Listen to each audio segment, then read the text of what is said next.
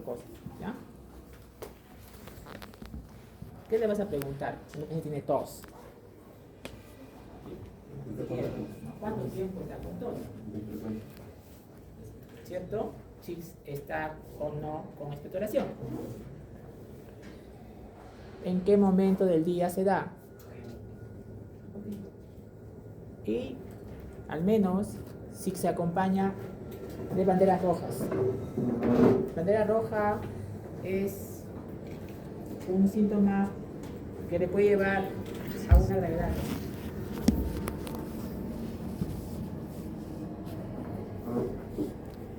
La tos es un reflejo, se llama aclaramiento de la tos. ¿De acuerdo? Este reflejo se da ante cualquier noxa injuriante que pueda darse y libra a la vía aérea de esa noxa. La clasificación clínica es o es seca o es con expectoración. Si vamos al mecanismo de la tos, según Llanos, tiene varios puntos que debemos recordar. Por ejemplo, el estímulo injuriante, que actúa en las vías, en las zonas tosígenas reales o no reales. Cuando decimos real o no real, nos referimos a que si esa noxa está en una zona real, esa tos va a ser exigente, va a ser una tos pertinaz, una tos continua. Y si es una zona tosígena no real, puede ser que ni tosa, puede ser ni que tosa. De estos puntos, reales o no, salen las vías aferentes hacia el centro de la tos, que está en el tronco cerebral. Y de ahí regresan las vías eferentes hacia los músculos de la ventilación para generar el reflejo. Esto que está aquí, según Llanos, es el reflejo de la tos. Pero si a este reflejo de la tos le agregamos la regulación de la corteza cerebral, entonces decimos complejo fenomenológico de la tos. Lo que está libre de semiología es solo el reflejo de la tos. Pero deben saber que ese reflejo está regulado por la corteza cerebral. Entonces, hay una noxa en cualquiera de las zonas tosígenas reales o no, y viaja por las vías aferentes hacia el centro de la tos. Esas vías son los pares craneales, por ejemplo, el vago, y del centro de la tos salen las vías eferentes, también son pares craneales también, por ejemplo el vago, hacia los músculos de la ventilación, expiratorias, sobre todo inspiratorias, para generar el reflejo mecánico de la tos. Esto que ven ustedes acá, su figura de Suros, es el reflejo nomás. No está la regulación cortical.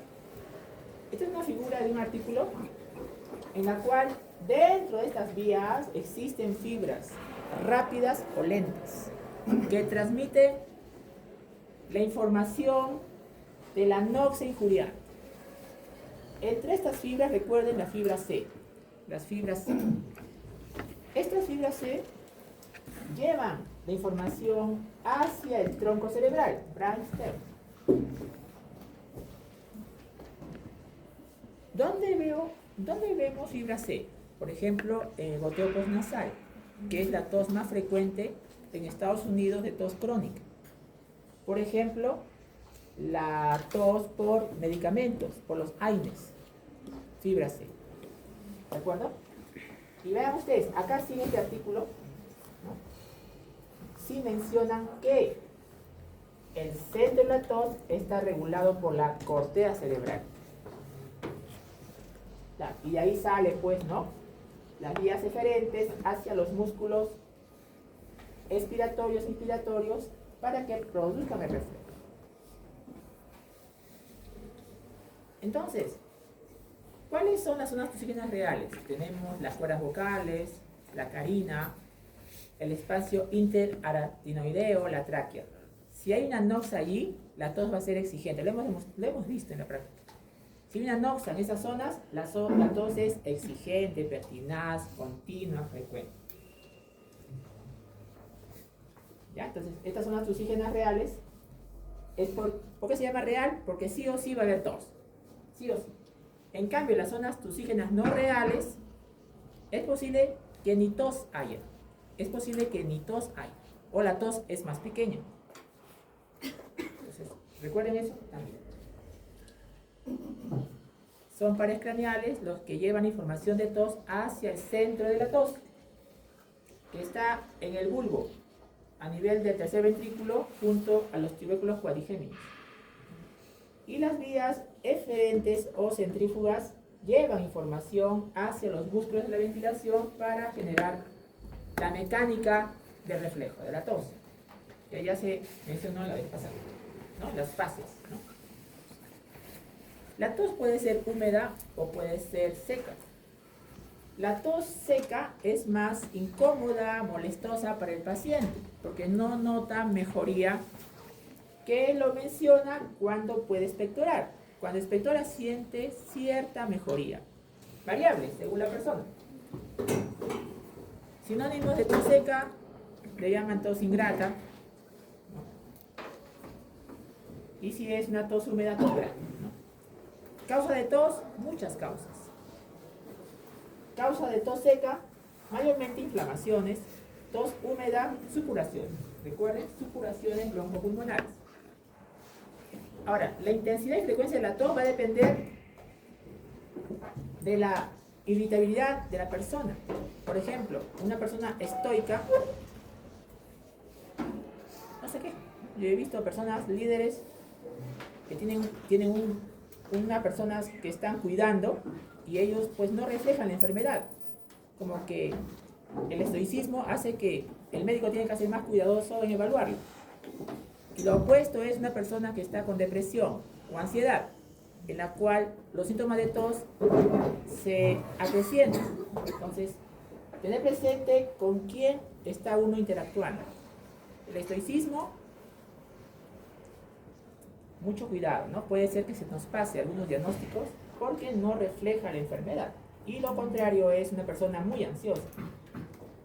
La cantidad de expectoración, la inflamación de las zonas tusígenas, si son reales, ya saben qué va a pasar. La enfermedad causal, no es lo mismo un resfrío que una neoplasia.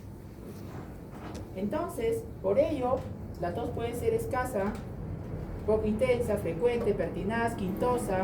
Quintosa es 5 golpes de tos. Le puede acompañarse de un estridor inspiratorio. Suena cuando inspira. Típico de la Bordetella pertussis, la difteria. La tos que genera vómito. Tengan cuidado con los libros que se están leyendo antiguamente. Tengan cuidado porque la medicina va variando sus concepciones.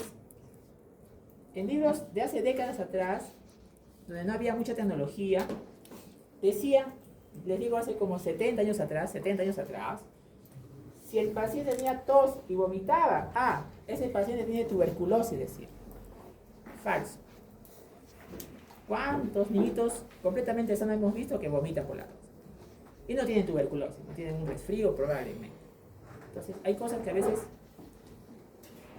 no se ha cotejado con la ciencia. Y la tos que puede producir eructos.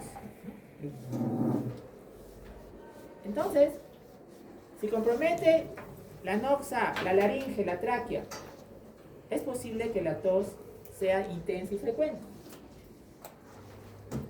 La tos puede ser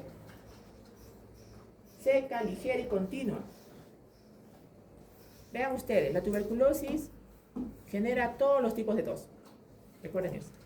Pero si preguntaran, doctor, ¿pero qué tos más la tuberculosis da? Es la tos seca. Tanto así que en nuestro país, que tenemos mucha TBC, que un peruano tosa 2 semanas, ya hay sospecha de TBC. Sospecha, digo. Sospecha.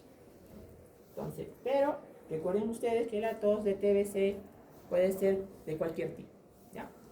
Si fuera una tos perruna como perro, es posible que sea un proceso de laringitis o mediastino. La tos quintosa es por difteria, no olvidar.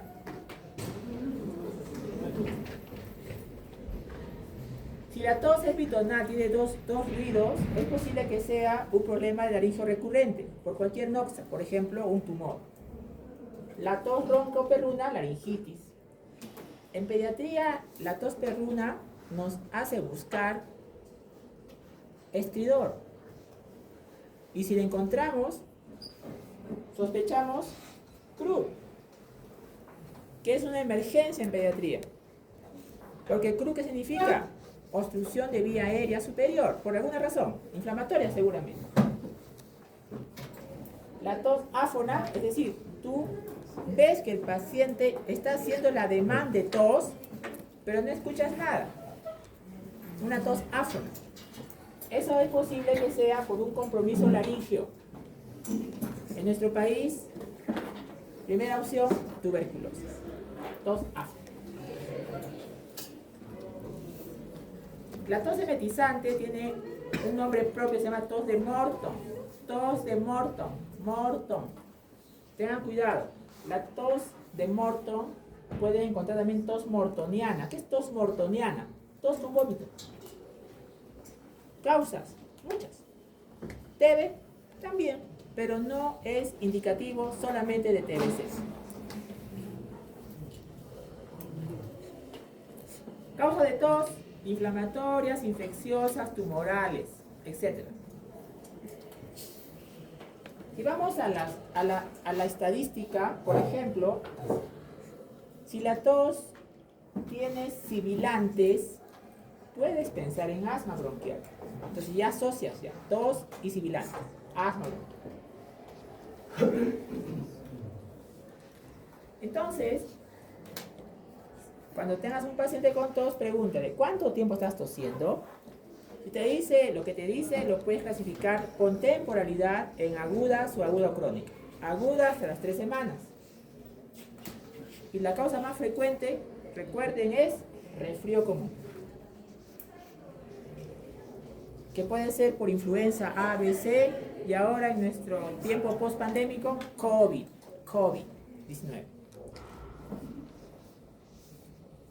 Pero ¿qué sucede? ¿Qué sucede? Cuando esto es aguda, no dejes de preguntar por banderas rojas. Red flag. ¿Cuáles son las banderas rojas, doctor? Hemoptisis. Ronquera. Pérdida de peso. O si tiene factor de riesgo de tabaco. Debemos preguntar en todo síntoma por una bandera roja, al menos. Causa de tos aguda, ya les mencioné, mayormente son inflamatorias infecciosas. Pero ¿qué sucede si el paciente dice, tengo tos subaguda por el tiempo que te dice, que va de 3 a 8 semanas? Tos subaguda. La causa más frecuente de subaguda es postinfecciosa. ¿Qué es eso?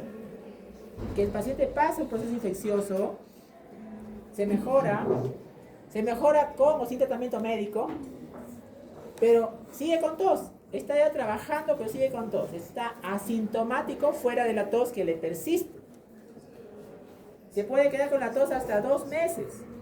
Tos postinfecciosa. Es la causa más frecuente que vemos. Tos postinfecciosa. O sea, la inflamación de la mucosa respiratoria persiste y le genera la tos. Si fuera tos postinfecciosa, primera causa de tos subaguda, también pregunta por banderas rojas. ¿Cuáles son las banderas rojas que debo preguntar? Hemoptisis, tabaco, adulto mayor, ronquera, baja de peso. Debo preguntar,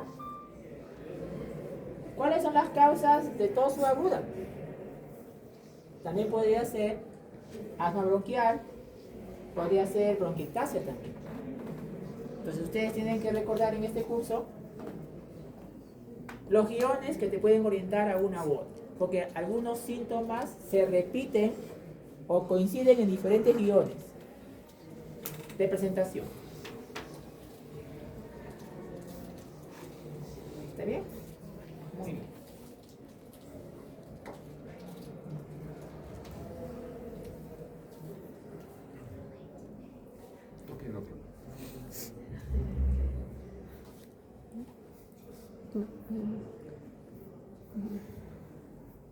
Bueno, y la tos crónica. La tos crónica va de 8 semanas hacia adelante. Causa más frecuente en Estados Unidos es goteo postnasal.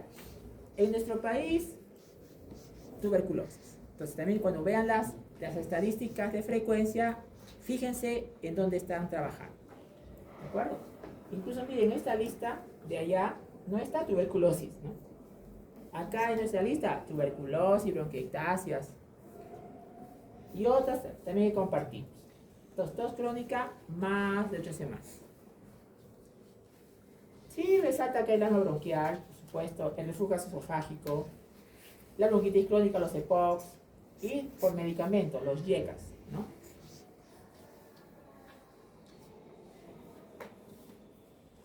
Igual, con más razón incluso. Con más razón debes preguntar por banderas rojas. Ya les mencioné, está bajito. Y vean ustedes, esta es una revisión de Chase, es una revista que usamos nosotros en la especialidad de medicina respiratoria hace 3 años. Las causas más comunes de tos crónica, 1, 2, 3, 4. Recuerden eso, por favor. 4. ¿Cuáles son? El síndrome de tos de vía aérea superior secundaria a enfermedades rinosinusales.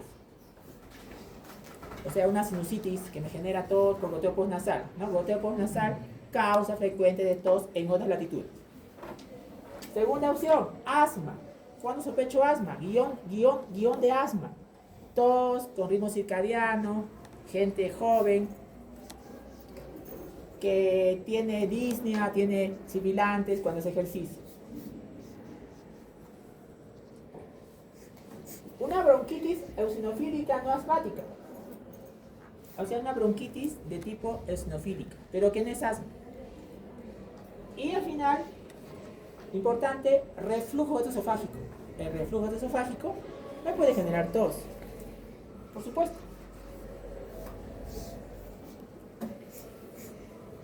Entonces, acá en UpToDate, muchas causas de tos, ¿no? Va a depender del contexto y del síndrome que estás sospechando. Por ejemplo, en Estados Unidos, tos crónica, frecuencia, asma, reflujo esofágico, goteo postnasal. A veces le hacen todos los estudios al paciente, todos los estudios, y no sale la causa. Entonces queda como tos idiopática. Cuando escuchan idiopático, quiere decir que por más estudios que se le hizo al paciente, esa tos crónica no tuvo causa. Entonces decimos los médicos, cuando ignoramos la tos, es una tos idiopática. ¿Qué es tos idiopática? No sé la causa. Pero ojo, tos idiopática es cuando he hecho los estudios. No puedo decir al ojo nomás que es idiopático. Tengo que haber descartado la más frecuente.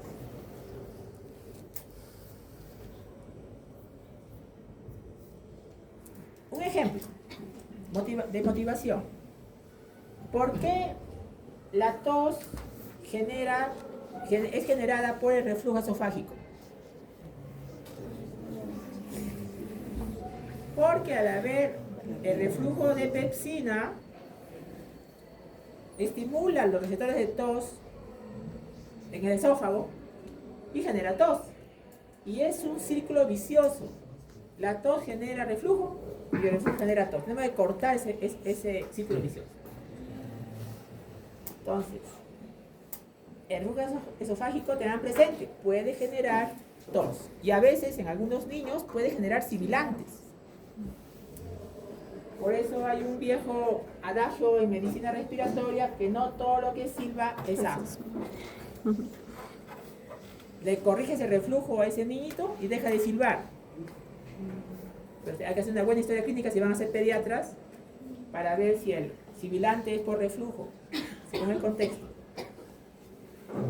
Causas, complicaciones de tos, muchas. La tos puede generar complicación. Recuerden estas dos vertientes, aumento de presión intratorácica o aumento de presión intraabdominal. Si aumenta la presión intratorácica puede generar hernias. Si aumenta la presión intraabdominal puede generar escape de orina en algunas personas. Recuerden ustedes que la tos produce valsalva. ¿Qué es valsalva? La presión. Valsalva es pujo. ¿Y por qué doctor dice eso? Porque la tos a veces es contraproducente en un paciente. Ejemplo, una persona viene a emergencia con cefalea intensa y hace un síncope. Le hacemos una tomografía y tiene una hemorragia cerebral.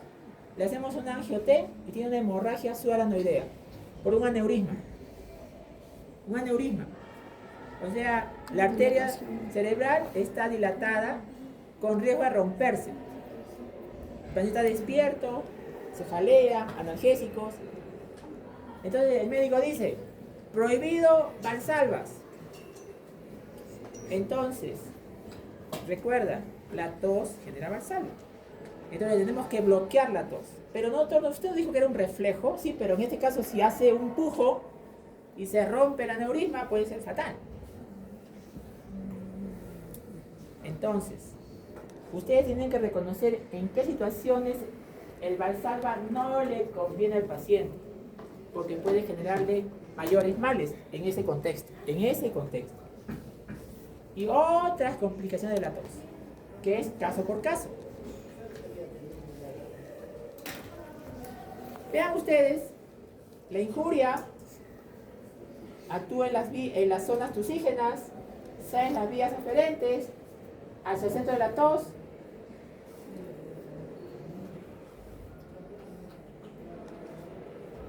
El tumor, el cáncer, ¿puede generar tos? Sí. Directamente o secundariamente. Si hay un tumor en la vía aérea superior, la tos es persistente, porque el tumor está ahí, no se va a mover.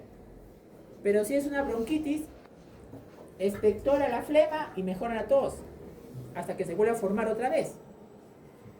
Entonces vean ustedes que el tumor por UpToDate tiene mecanismos directos de tos, efecto de masa, como complicaciones secundarias, porque hay metástasis a otras áreas que también tienen receptores de tos. Por ejemplo, derrame pleural genera tos. Si hay una metástasis del tumor a la pleura y genera derrame, genera tos, ese derrame. Pero puede ser una obstrucción directa del tumor en la vía aérea, produce tos. En cuidados paliativos también hay tos y se clasifica de esa manera. Igual, si hay menos de 3 semanas, primera causa, resfrío común. Resfrío común, recuerden, la primera causa es viral.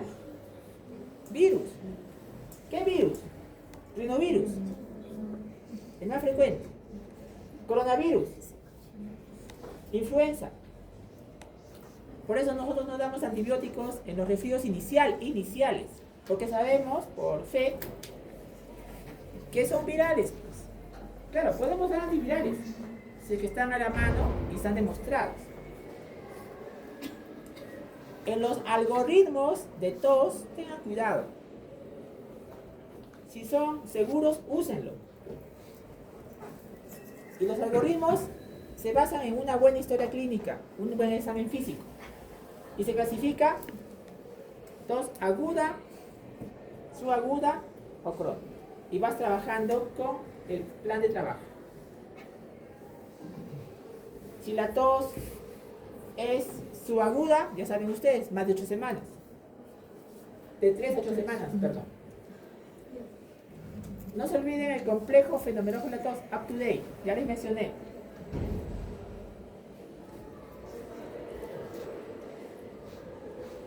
¿Cuáles son los estresores de tos? Tenemos el tabaco, los perfumes, las esencias, la irritación de la tráquea. Y eso puede también ser empeorado si es que el paciente está muy agudamente enfermo por hablar, ejercicio, comer, el frío, la humedad. Y van por estas vías rápidas o lentas hacia el centro de la tos, que está regulado por la corteza cerebral.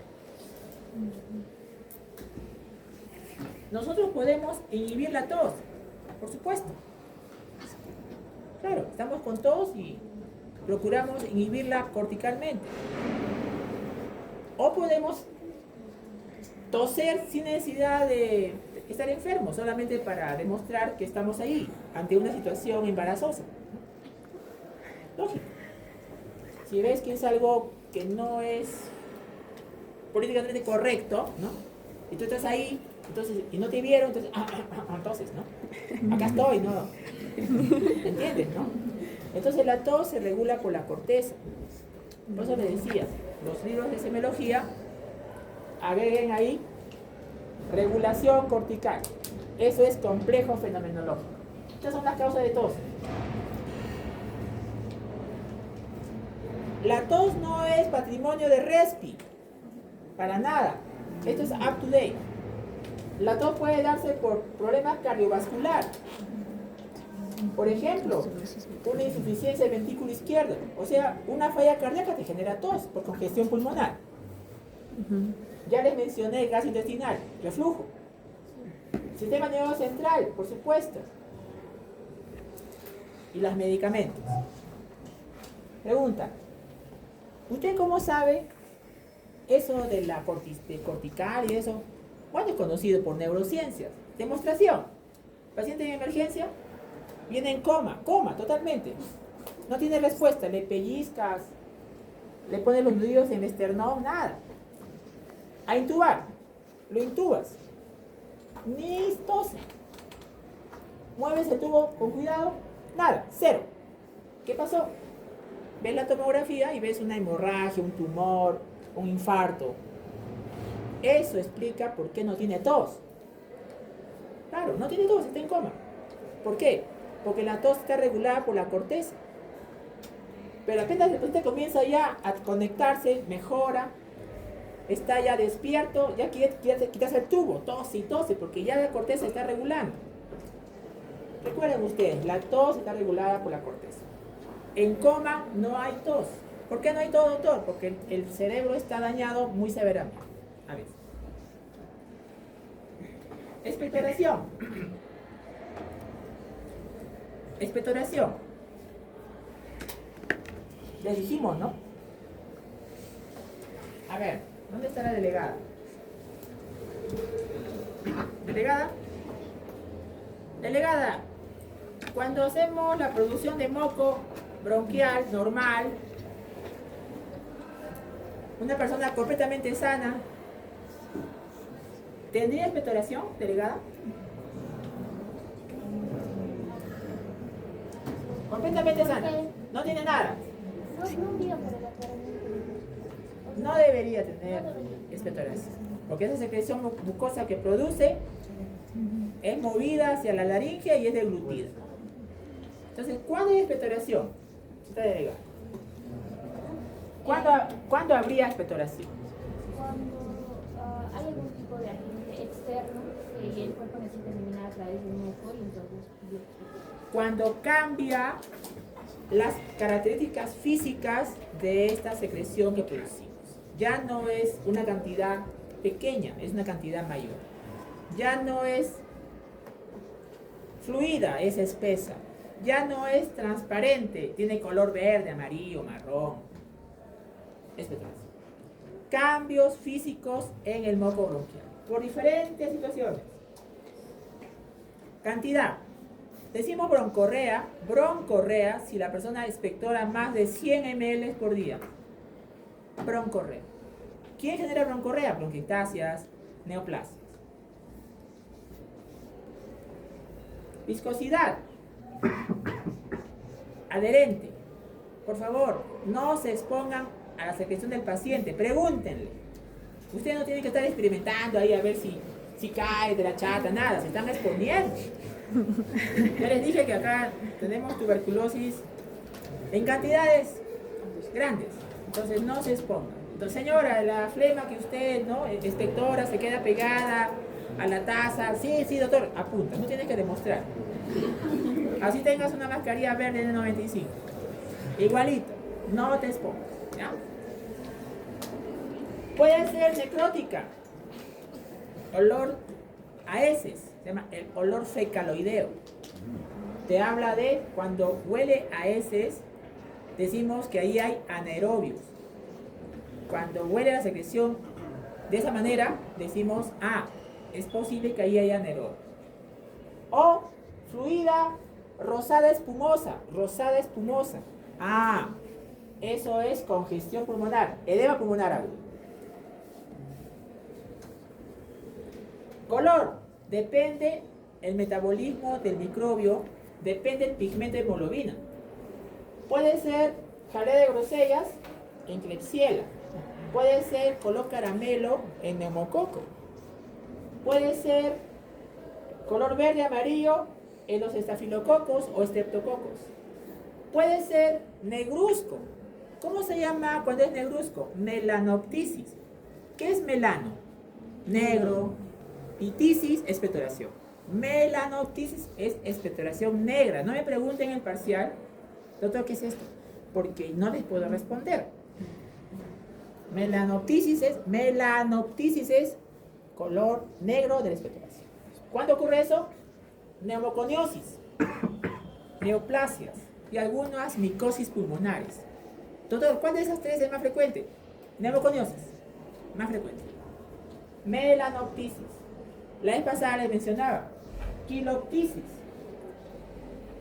O sea, una expectoración como la leche, ¿no? Es el quiloptisis, por una destrucción del conducto torácico. Quiloptisis. Hemoptisis, rojo, o sea, ¿no? Hemoptisis, color rojo. Olor, por favor, ustedes nada, cero. Señor, ¿a qué huele su expectoración de usted? Sí. Ustedes no tienen que experimentar nada, cero. Porque ahí viene la transmisión. ¿Ya? Nada de Carriona, yo soy de San Marcos, Carrión era sanmarquino. Ya, pero tampoco vamos a estar pregonando. Nosotros queremos médicos, no queremos más que médicos. ¿Ya? Entonces, olor, ¿a qué huele, señor, su expectoración? Si huele a levaduras, pues es micosis. Si huele a yeso mojado, es bronquiectasia. Pero él tiene que decirte. O tú le puedes preguntar, pero él tiene que decir. Obviamente sabor, pues obviamente esto es de él. Si tiene un sabor a sangre, tiene un sabor a manzanas, el dulzón de manzanas, puede ser un diabético con una gran hiperglicemia de cetoacidosis. ¿Ya? Finalmente, las características físicas de la expectoración. Si es mucosa, puede ser asma bronquial. Puedes encontrar ahí los cristales de Leydig, ¿sí? Mucopurulento puede ser bronquitis, bronquiectasia. Purulento puede ser un absceso pulmonar. Por ejemplo, en la mañana vimos con el grupo a un señor, Roberto, en la tomografía se está formando un absceso pulmonar en la condensación necrotizante del pulmón. Entonces el paciente está hemotizando. Yo no he visto purulento en él, he visto la hemoptisis. Seroso, rosado espumoso, edema pulmonar agudo. Sanguinolento, hemoptisis, tuberculosis, neoplasia, bronquiectasia. Embolia pulmonar.